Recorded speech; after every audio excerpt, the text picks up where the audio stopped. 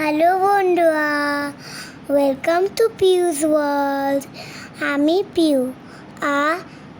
আজকে আমি একটা কবিতা শোনাবো।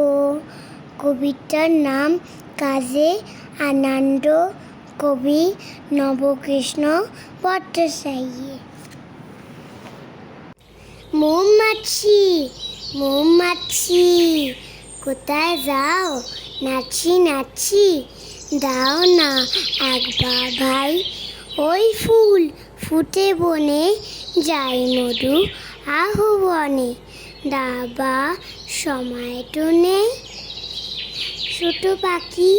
ছোট পাখি কিচিমিচি ডাকি ডাকি, কোথায় যাও বলে যাও শুনি। এখন না কব কটা, আমি আছি তৃণলতা।